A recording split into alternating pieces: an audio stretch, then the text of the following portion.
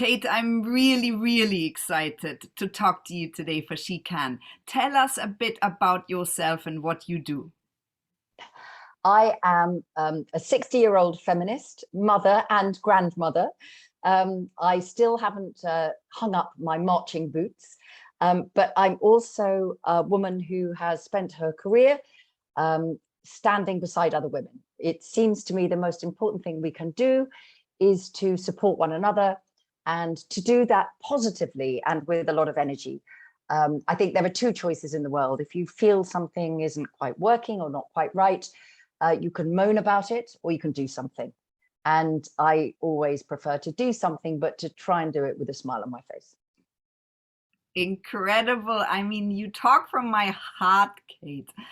Kate, I know you're obviously an award-winning novelist. You've written at least 9 books. You've got an incredible new book coming out about the history of extraordinary women. Tell us a little bit about your journey, Kate. When did you realize I'm good at that? I'm really interested in history. You're a master weaver. You weave so many things together in these incredibly big, powerful books. Tell us how you do that. Well, I never wanted to be a writer. That wasn't what I thought. When I was growing up, I loved telling stories, but I thought I was going to do music. But I went to a big girls' comprehensive school in Sussex, 2,000 girls, and I was quite what we'd call in those days a SWAT. So I arrived early and left late in order to avoid the scary girls that, hung about the bus station smoking with boyfriends. And, I was not that kind of girl at that stage. And I played in orchestras all the time and music, and that was the thing I loved. But I was always reading and always had that sense. I mean, I realize now looking back that when we were in the classroom, I did history at A level and music at A level and Latin actually at A level. And I did four, what have I said? Latin, history, music, and English, of course. And I started to notice, but without knowing what I was seeing, where were the women? You could do whole lessons where not a single woman was mentioned unless it was Queen Victoria or occasionally Jane Austen. And as for classical music, the only person who ever got mentioned were sisters, so Clara Schumann and Fanny Schumann. I didn't understand what I was seeing at the time, that there is only half the story being told, but I remember feeling it, thinking, this is just a bit odd. And it didn't match with the world around me. I was surrounded by girls. I had sisters. I had two extraordinary and wonderful parents who believed that we should do anything that we could and support us to do that. So I could see that what I was being taught didn't match up with my experience of the world. So it was always there. But it was only when I got to university that I started to have a framework and a construct and, discovered, as it were, feminism. And in those days, it was something called CR, consciousness raising. And I started to get involved in political organizations, such as Reclaim the Night, which was about why was it that women were blamed for not feeling safe at night? Hang on, it wasn't surely our responsibility to fix the people who were causing us to feel unhappy at night, and got involved in all these kind of ways. So I suppose my journey to being a writer was more the idea that with words, if women have the power to tell their own stories, then the whole of history, the whole story is told. And if women are silent, then only a partial story is told. And little by little, that led me to writing fiction. And within writing fiction, all of my historical fiction, they are love letters to Carcassonne in the southwest of France. But the heart of all of my fiction is unheard and underheard women's stories. And the fact that we were always there too. Women were always there too. And you can be forgiven sometimes when you read a history book for thinking that women were just sitting around doing embroidery and nothing else was happening. But it's never been true. And history is manipulated and used now, and in order to justify prejudice and bigotry now. So we just need to look at the situation in Afghanistan. Before the Taliban came back into power with their misogyny and their hatred of women, I would say, and girls, Afghanistan had more female politicians than any other country. So always when people start to talk about history and tradition in order to justify what they're doing, you need to go back to the history and go, you know what? That's not tradition. That's your interpretation because of what you want now. So all of my fiction, my non-fiction, my playwriting, in a way, is part of the same story. And my new book, Warrior Queens and Quiet Revolutionaries, is history completed. It's putting back 1,000 women whose names we should know. 1,000 women, I cannot Well, wait. some of them are just mentioned in passing. There's just a quotation, and others have kind of potted biography. My real hope with the book is that mothers will buy it for their sons, husbands will buy it for their wives, that it's a book about women for men and women, and it's a celebration of incredible women. It's not a roar of anger or complaint, although there is anger and suggestions in there, but actually it's about celebration. But this is about all of us reclaiming the history of all of us, and that's what matters to me, that this is not a book for women, this is a book for everybody. Which is a huge inspiration, Kate. And I really love that you mentioned that you really show women who came before us, who claimed and made changes. So I'm really super excited to read this book. Kate, I'd love to understand when did you think of writing a book like that? Did you sort of get to hear so many stories and then you thought, I can weave that into a beautiful big book? How did you come about writing this? Well, there are two separate inspirations for Warrior Queens and Quiet Revolutionaries, both personal, but both I think relatable to many of the people who'll be listening today. So one of them was that I was publishing a novel, The City of Tears, which is set between 1572 and 1594.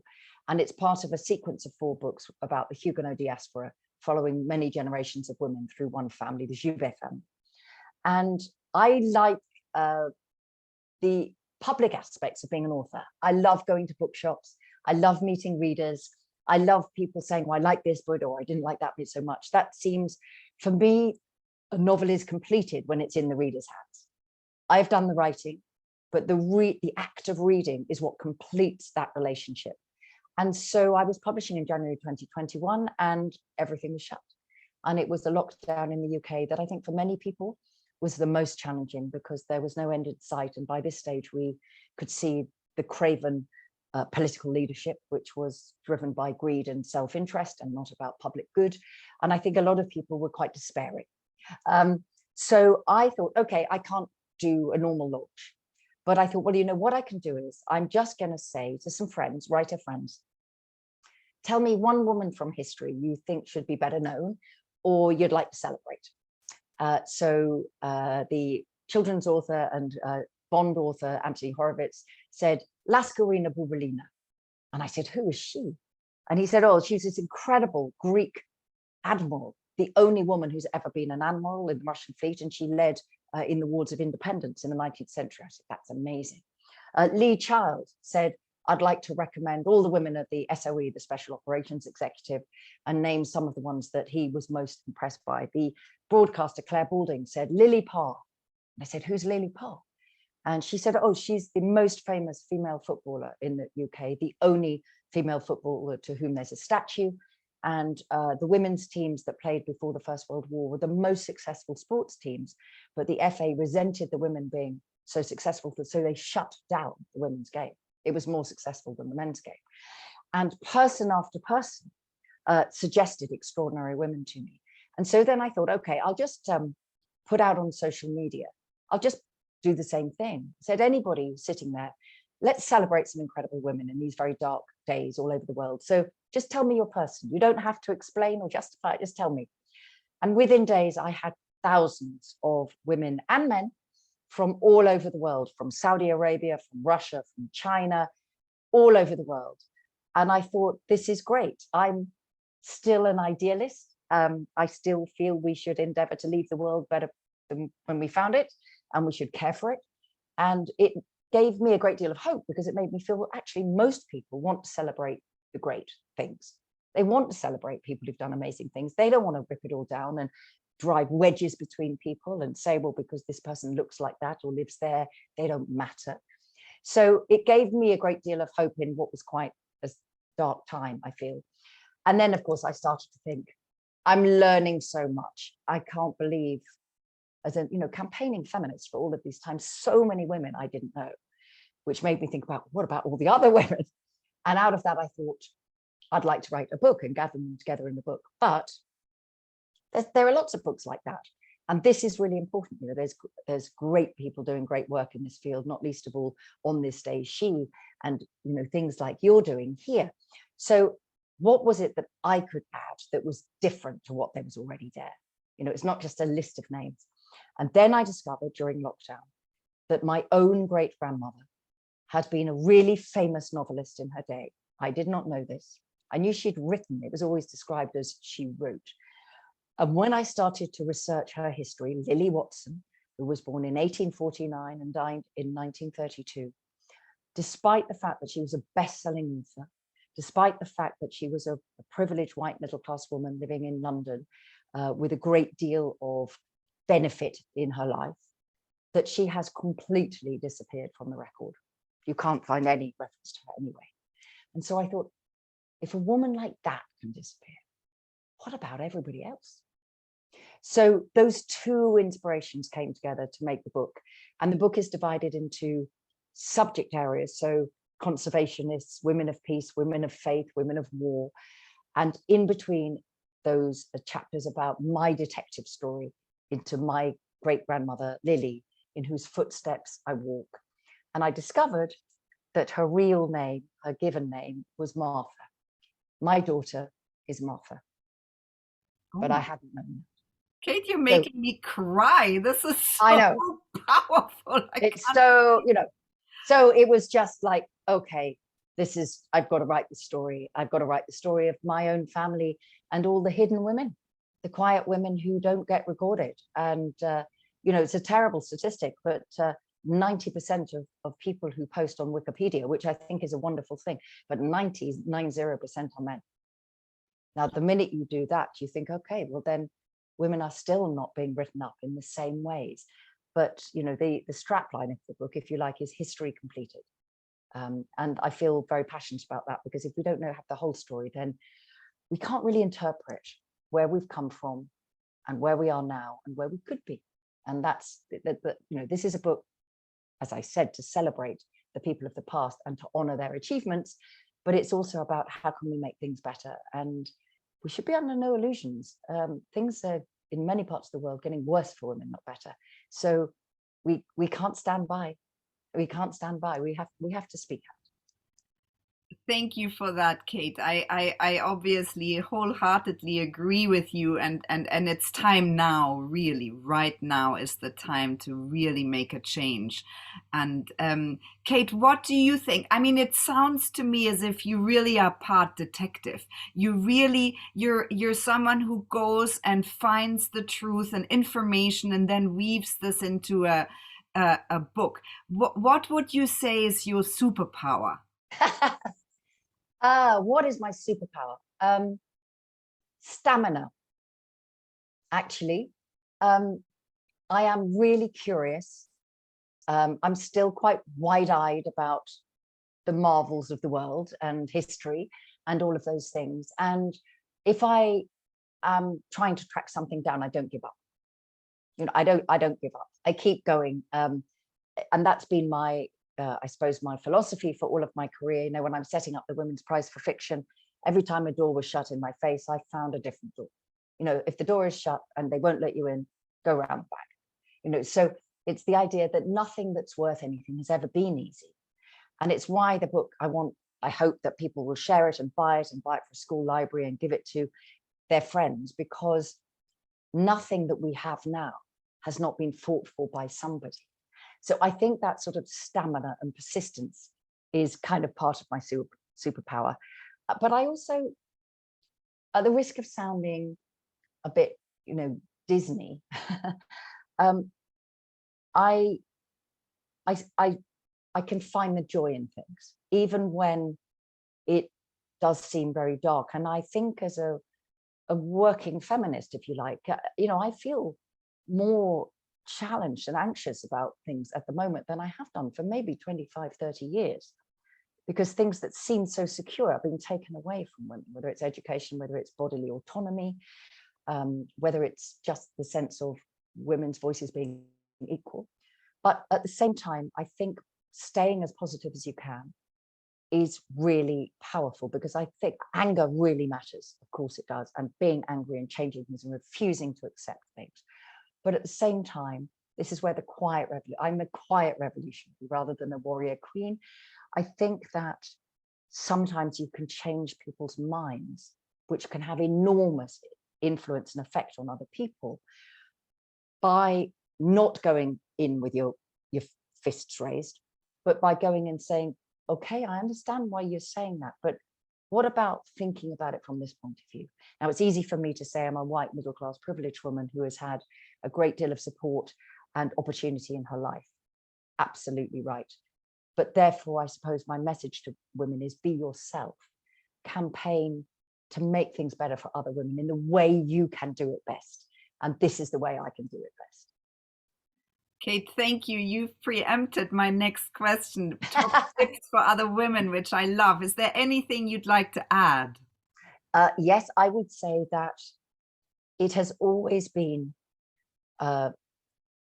women's lives. It's not about good women and bad men.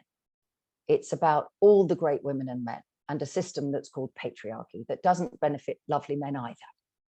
You know, I'm the mother of a son and a daughter and now a grandson. And so we all know that patriarchy as it is set up and authoritarianism doesn't benefit anybody, just it benefits the tiny number of people doing it. You can see this as we look at, in the streets of Iran at the moment, where incredibly brave women are cutting their hair and taking off the hijab if they don't want to wear it, because it's about women's choice, and standing beside them are their brothers and their lovers and their fathers and their sons. So patriarchy is a system that doesn't benefit anybody. But what we have to do, therefore, is know that patriarchy seeks to drive a wedge between women. It seeks to set women up against one another, saying that this happens to this woman because they're not like you. So we need to have our eyes open to that and stand shoulder to shoulder. You know, sisterhood works, even with women you don't agree with or you don't like. It's not about likability, it's about fairness. The F word is fairness. The other thing, which is a more practical tip, is if you're invited to do something, to speak on a platform, to join a council, to be in, you know, whatever it is, and you cannot do it, never put the phone down without recommending another woman. Because if every woman recommends another woman, then before we know it, there'll be more of us. And that's how things change. One woman makes two, two makes four, four makes eight, and so on. And I think the final thing is allow other women their choices. You might want to be someone like me who works full time and always has done and always will. But there are other women who are in a position to or have chosen to be full-time caregivers or homemakers. Don't fall into the trap of allowing yourself to judge other women, unless they've done something completely terrible. I mean, just in general choices. You know, respect difference. Respect other people's right to choose differently from you, but campaign for what you believe in.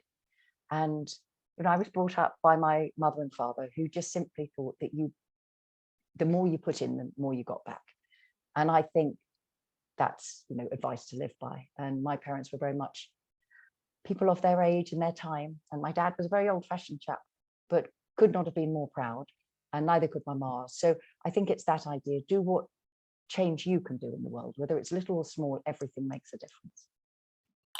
Thank you for these incredibly powerful tips. I mean, I feel almost your life is guided in some sort of a way, Kate, because if I listen to you, these, you know, you put so much in, you get an enormous amount out, and that shows, this passion, this shows in your books, and I really am so grateful, because that really is much more than writing a book. It's really a service to mankind, and especially the times we live in, as you said, it doesn't seem to get any easier, and I think we all have to now stand up and look for this inspiration to take us to where we need to go and to dismantle a system that clearly isn't working in anyone's favor.